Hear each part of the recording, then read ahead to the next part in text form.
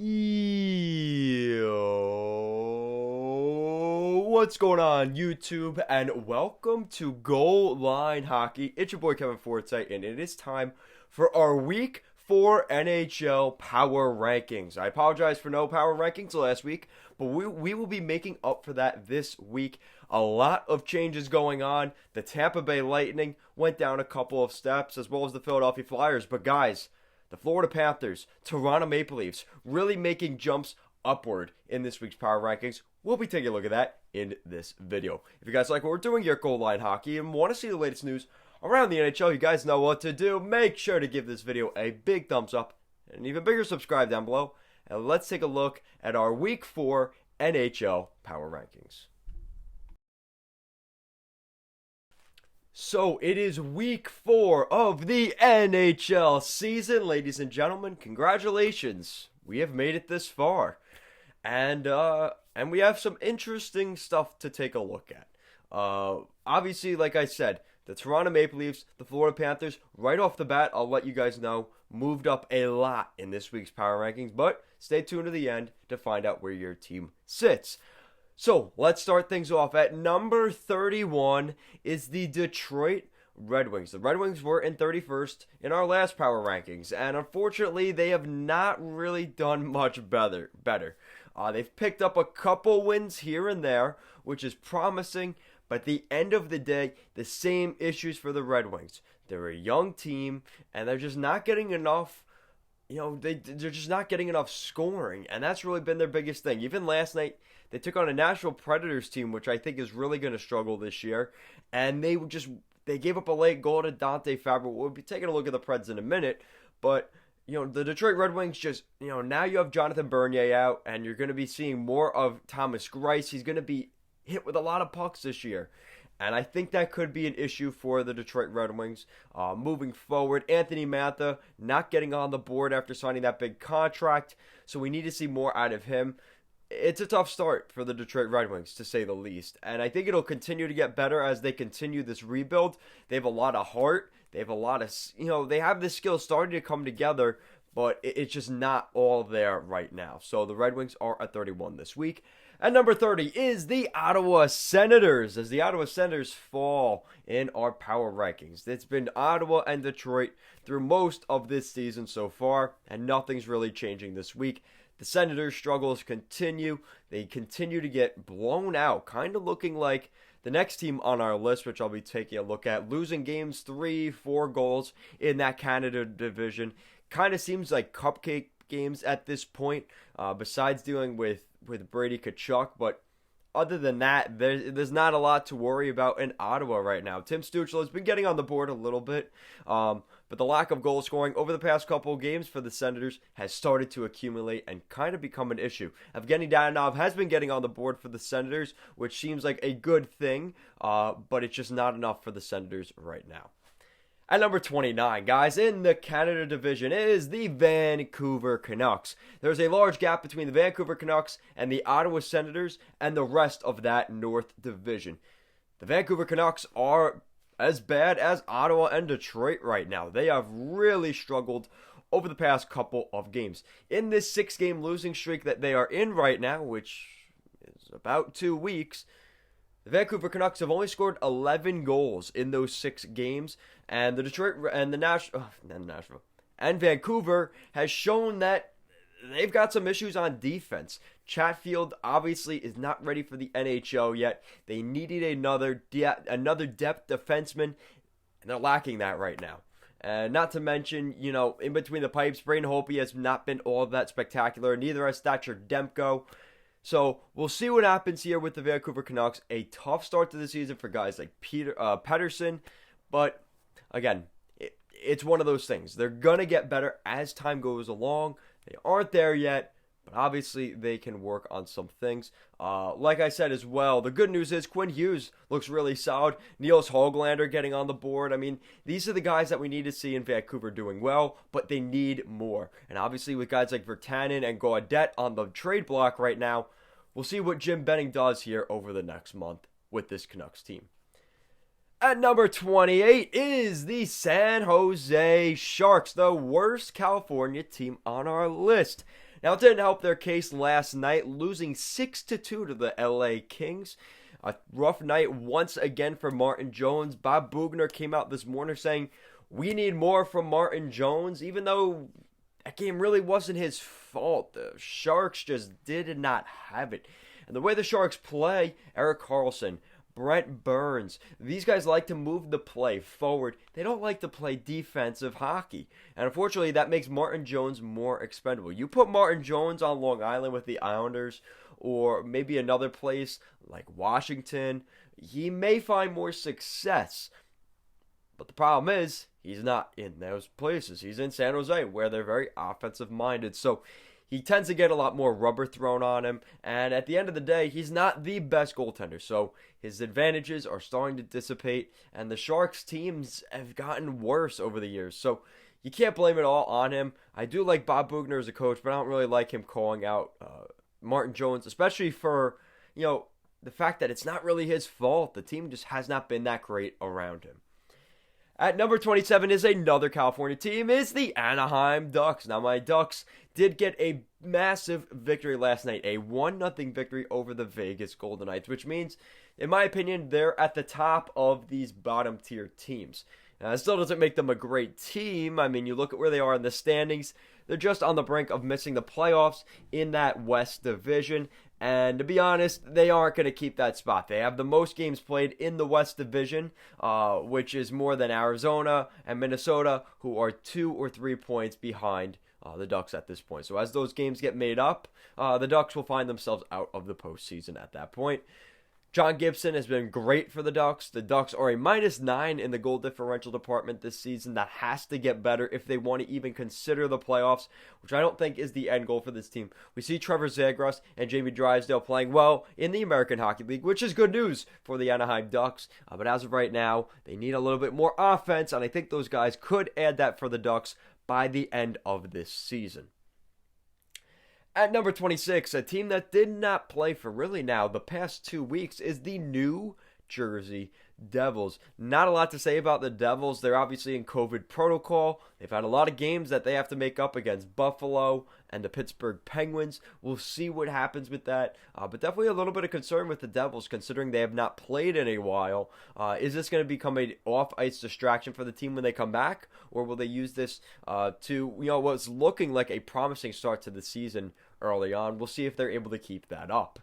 At number 25 is the Buffalo Sabres. The Buffalo Sabres, again, another team that has not played very much due to COVID protocols against New Jersey. I think Buffalo is the better team right now. But with that said, we haven't seen these guys play too much, so it's hard to really decipher who's better. So there's not much to speculate on these guys. They're kind of two dead teams at this point. At number 24, the other California team, the best California team on this list, is at number 24, and that is the Los Angeles Kings. They put up a dominant effort last night, a 6-2 victory over the San Jose Sharks, like I just mentioned.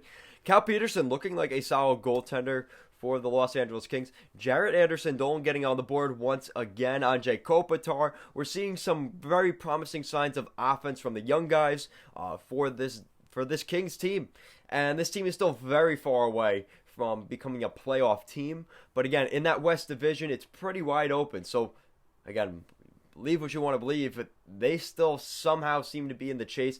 I really do think, though, LA and San Jose are at the bottom at this point in that division. And the ground that they've lost, it may be too much to overcome at this point. We're already a quarter of the way through the NHL season, guys.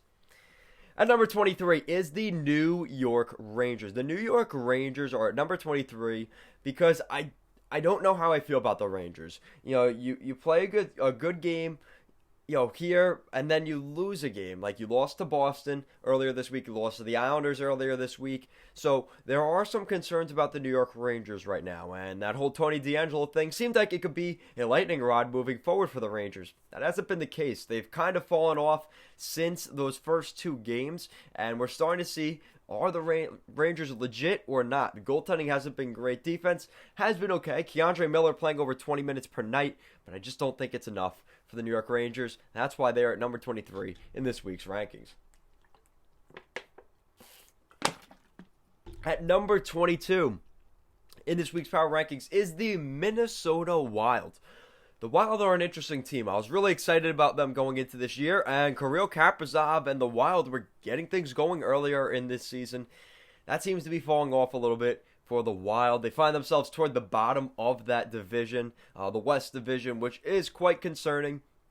And I do question whether this team will make the postseason or not right now. Things have obviously not gone their way recently. They haven't been playing either, which is part of the issue.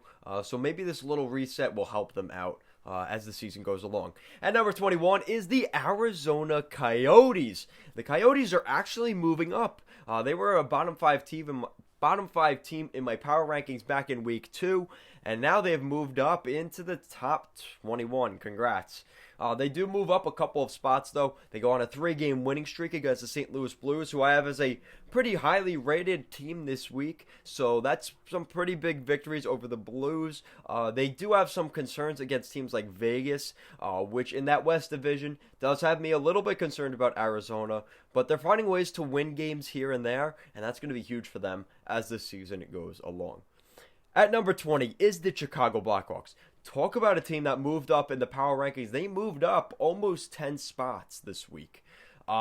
They've been on a pretty nice winning streak. Now, they did lose a rough game last night against Columbus, where they had a 4-2 lead in the third period and ultimately blew it. A 6-5 loss in regulation. Last 2 minutes of the game, they give up a goal. Kevin Lankinen has not looked good for the Blackhawks. That whole goaltending system has been rough for the Blackhawks. That's why I don't know how much longer they're going to be up here at number 20, but enjoy it while you can, Blackhawks fans. I think they look really solid. Patrick Kane is getting on the board. We're seeing some of the depth get on the board here and there. Pia Suter is going to continue to make mistakes, but he's going to learn and continue to get better. And that's when the Blackhawks, who are in a rebuild, that's just par of the course. But give Alex DeBrincat credit as well. Alex DeBrincat has looked really solid as well. At number 19 in this week's power rankings is the Pittsburgh Penguins. The Penguins picked up a big victory earlier this week against the New York Islanders, but before that, they had not played in a couple of days due to COVID protocols with the New Jersey Devils, the team they were supposed to play twice in 5 days. They have not been playing, so the Penguins have gone a little while since their last contest against the Islanders, which they lost, gave up 2 goals late, and the Islanders ultimately win that one. They didn't do that this time. It was the opposite. The Islanders actually had the lead in the third period, blew the lead late, a late goal by Evgeny Malkin. Guys, this is it's muscle memory for me at this point. I remember against the Penguins, I guess a couple years ago, in an overtime game in the playoffs, they scored a late goal. I think it was like Eric Branson scoring a late goal from the point, and that sent it to overtime. It's happened in multiple games where the Islanders blow a late lead in the final minute of the game against Pittsburgh. We saw that once again today, and I don't know why Matt Martin was bumping into Evgeny Malkin. You don't piss off Evgeny Malkin. The Islanders unfortunately pay the price. Pretty good overtime back and forth, but at the end of the day, the Penguins prevail. Sidney Crosby with the shootout winner in that one, and the Penguins find themselves at number 19. At number 18 in this week's power rankings is the Nashville Predators. The Nashville Predators are showing some promise. This is a team that, despite how they played against the Tampa Bay Lightning, you could say it's just a bad matchup. They didn't match up well against Florida or Dallas. They've been playing the toughest teams in that division, and now they play Carolina, and they get their lickings on the Carolina Hurricanes this week. They were down in that game. They ended up coming back and finding a way to win that one. They won the game last night against Detroit, probably in a little bit of troubling fashion as they were trailing for a lot of that game, but Dante Fabro gets the late goal. A big game for the Predators, a little bit of a confidence boost, and they are at number 18 in the power rankings. At number 17, guys, is my New York Islanders. At number 17 in the power rankings this week. The Islanders have had their fair share of success over the past 2 weeks. They went on a 3-game winning streak, but they just dropped their most recent game to Pittsburgh. And this was concerning because Pittsburgh, like I said, they're at number 19. They aren't the high-quality, high-potent offensive team, top 10 team in the league this year. They are not that same team. The Islanders had to find a way to close this out, and they were not able to do that. Giving up leads here and there throughout the game has been a struggle. The Islanders do it here. Semyon Varlamov did not look the same after that collision with Noah Dobson. I don't know how much of that is going to play into the next couple weeks, if he's injured or not, but hopefully he is okay, as well as Noah Dobson. He banged into the post pretty hard. But the Islanders find themselves at 17. They could easily move up next week with another 3-game winning streak, or they could easily find themselves potentially in the bottom 10 by next week if things don't go their way this week. At number 16 is the Columbus Blue Jackets. Now, the Blue Jackets are interesting. Jack Roslovic has been a great addition to Torts' system. Patrick Laine, a little bit on the fence. He was on the bench. He got benched in the third period a couple nights ago. But the goaltending has been another thing for Columbus. They need their goaltending on point. And now that the goaltenders are coming back, Merzlikins as well as Korpisalo, there is hope for the Blue Jackets. Just a little bit more stability between the pipes. So I like what they look like. They're at number 16 in the power rankings. At number 15 in this week's power rankings is the Calgary Flames. Now this is, if you guys don't remember, the last Canada team I did was at number 29, the Vancouver Canucks. That is the gap between number 29 and 15, which is where the Calgary Flames sit. Yes, it's that real. Calgary's looked pretty solid this season. Mike Smith kind of shut the door last night. He looked pretty solid. Oh, excuse me, Mike Smith isn't there. Jacob Markstrom shut the door last night against his former team, the Vancouver Canucks. They play Vancouver, I think, the next 3 or 4 games, so they should get some cupcake victories here against the Vancouver Canucks, as well as Chris Tanev playing his old team. Yeah, Calgary has looked pretty solid out of the gate. They haven't been one of the best teams in that division. I would say Winnipeg, Montreal, and Toronto have been better, but they aren't that far behind. So give them some credit. I like what we've seen from Calgary, and I think there's a lot of promise for the team moving forward. At number 14 is the St. Louis Blues. The St. Louis Blues are an interesting club because they win games against teams they shouldn't beat, like St. Louis or like Vegas, but then they'll lose a game to LA by a wide margin, or San Jose, or they'll lose to the Arizona Coyotes 3 times. Like, they are a weird team right now, and the inconsistency is infuriating. I know for those Blues fans that just won a couple years ago, that same consistency, it's not been there this season for the Blues. So we'll see what happens. We've seen Ville Husso come in between the pipes. There's just a lack of defense at times. I don't know what it is, but they definitely have some things they have to work on. They're not in a bad spot, though. They're at 14 in the power rankings. They have 2 teams in Ottawa and Vancouver that are just so low in the standings. They don't have to worry about those guys, so we'll see how they do moving forward, if they can indeed get in the postseason this year. At number 13, this is one of the big droppers in this week's power rankings. That is the Les Canadiens de Montreal. Yeah, I know. I was hyping them up last power rankings. They were at number 2, I believe, behind the Vegas Golden Knights. They find themselves dropping 11 spots down to number 13. This has just been a rough patch for the Montreal Canadiens. The goal scoring is dried up for this team. We're going to probably see Ryan Poehling and Jake Evans a little bit more down the middle. It's been a concern, and the problem I said in the beginning of the season is the goaltending hasn't been good, but they're winning, so nobody's talking about it. Now that they're not winning as much, we're talking about it again. And the problem is, when you're playing teams against like Ottawa and Vancouver, your issues there were underlying issues that weren't that prevalent against those teams. But now you're playing teams like, Winnipeg and Toronto. Those issues start to show up in spades just a little bit more frequently, and that's what we're seeing with this team right now. So the Habs have some work to do. We'll see what happens. But they're at number 13 this week. Lucky number 13. At number 12 is the Washington Capitals. Another team like the Habs, where they were in the top 10 and have sort of dropped off a little bit. They haven't been that bad, but they just haven't been that good. And I think that's the bigger issue with this team. Listen, they're going to make mistakes. That's just part of it. But at the end of the day, the Caps have started, it's become a theme now. Vitek Vanacek starting to get pulled in games. He looked really solid in his first couple starts. That has not been the case recently. Hopefully that gets fixed for this team, but we'll see what happens moving forward. At number 11 is the Carolina Hurricanes in this week's power rankings. I'm wearing their jersey today. They did move down a little bit in the power rankings, but they're playing some good hockey. They found a way to get a close victory in Dallas last night, a hard-fought game. Dougie Hamilton getting on the board, getting a couple goals this week. The Hurricane, Stahl getting on the board. Just a lot of good things from the Hurricanes.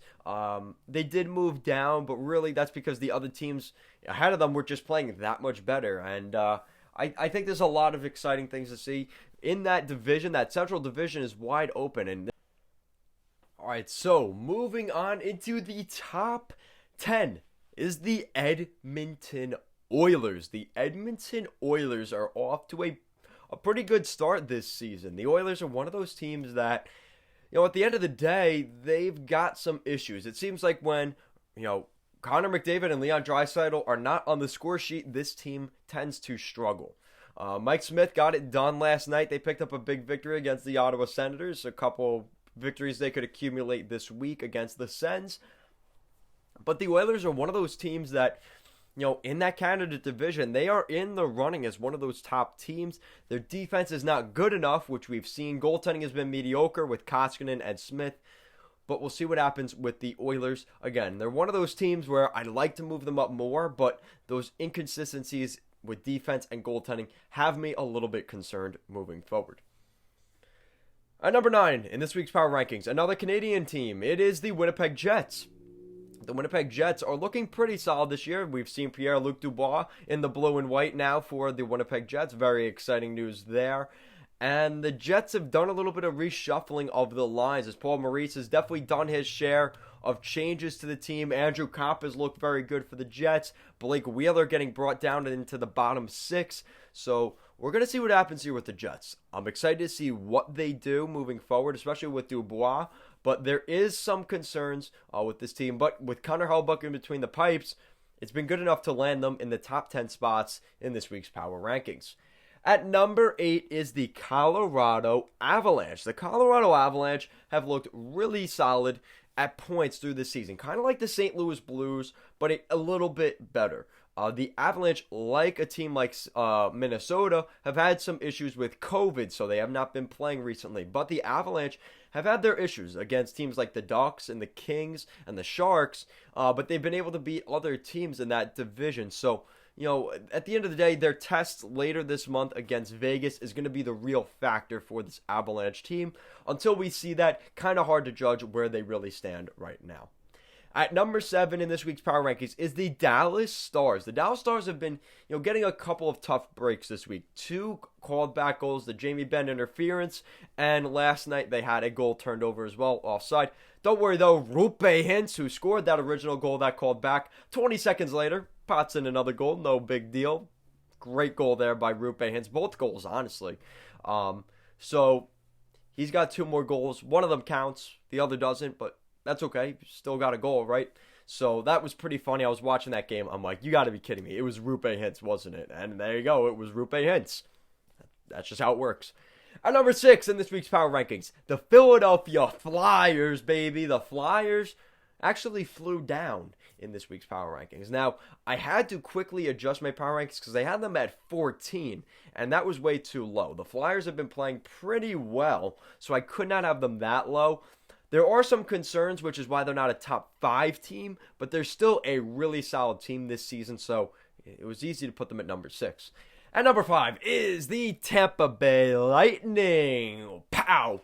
The Tampa Bay Lightning at number 5. They moved down a couple spots, but again, some of these teams, I think it was a little bit more of a recorrection of where I had some of these teams, because some of these teams have been good in the standings, and we just didn't see that in week 2. Some of these teams weren't even playing, so there you go. That's a little bit of spoiler with Florida, so they're in the top 5 here.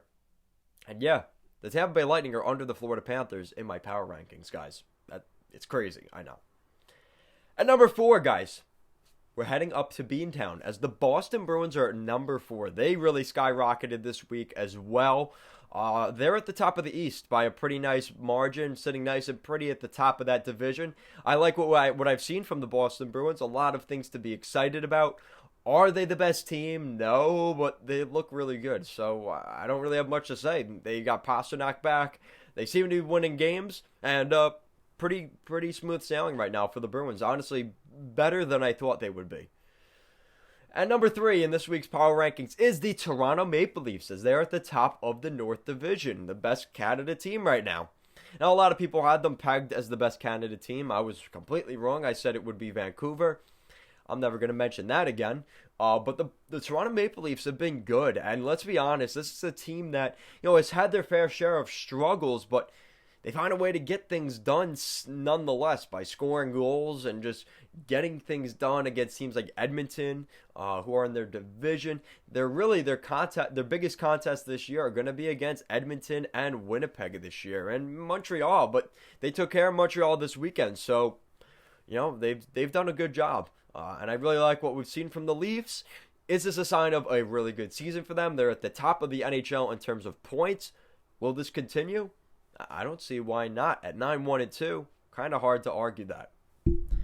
And that means at number 2, whoa, apologies for that. At number 2 in this week's Power Rankings, and they're the thumbnail of this video, it is the Florida Panthers. Guys, the Florida Panthers have really looked good. I've been watching them the last couple days. I mean, we're seeing the goal scoring. Carter Verhaeghe, 7 goals on the season. Brett Connolly getting on the board, getting the first empty netter of the season for the Panthers. We're seeing just everybody get on the board. Ekblad getting a goal. Verhaeghe getting a goal. Everybody scoring. Patrick Horquist getting goals.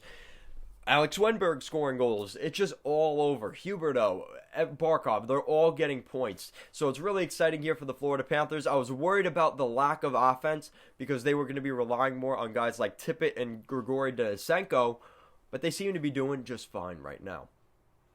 And that means at number 1 in this week's Power Rankings, it stays the same, guys. It's the Vegas Golden Knights. Now, it's not because of the helmet.